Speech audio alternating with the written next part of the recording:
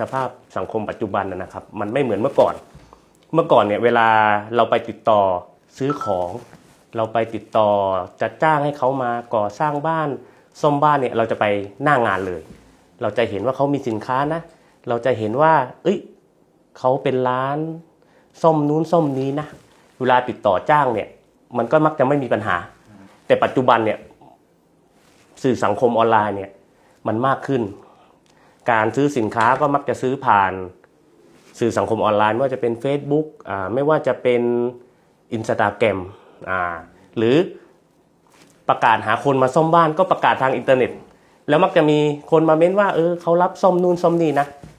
แล้วเราก็ไปตกลงว่าจ้างเขาให้มาซ่อมโดยที่เราไม่เคยเห็นเขามาก่อน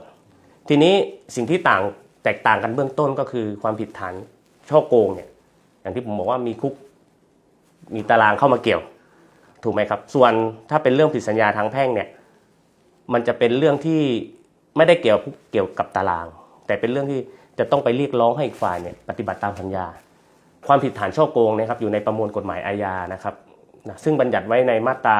ตามประมวลกฎหมายอาญามาตรา341นะครับหรือ341นะครับระบุว่าผู้ใดนะครับโดยทุจริตนะครับหลอกลวงหรือปกปิด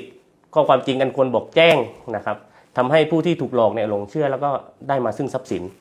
ถูกไหมอันนี้คือฉ้อโกงก็คือการพูดง่ายๆคือการหลอกถูกไหมครับส่วนสัญญาก็คือมีการตกลงกันว่าจะทำนู่นจะทำนี่แต่สุดท้ายแล้วพอถึงกำหนดไม่ทำนี่คือเรื่องผิดสัญญาดังนั้นเนี่ยจุดสำคัญก็คือถ้าการตกลงทำสัญญาเกิดจากการเจตนาหลอกตั้งแต่แรก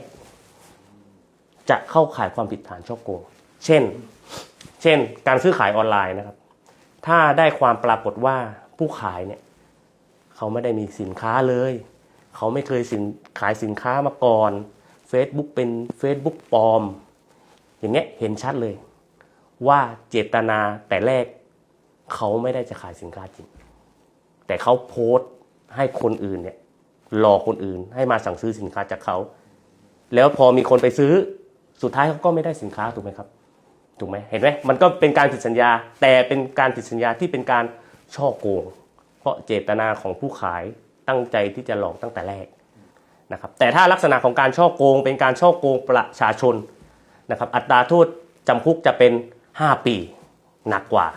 ถูกไหมครับทีนี้มันแตกต่างกันยังไงระหว่างฉ้อโกงกับฉ้อโกงประชาชนก็ต้องดูลักษณะของการฉ้อโกงครับถ้าเป็นการโพสต์ใน Facebook หรือ Instagram แล้วตั้งค่าเป็นสาธารณะนะฮะแล้วก็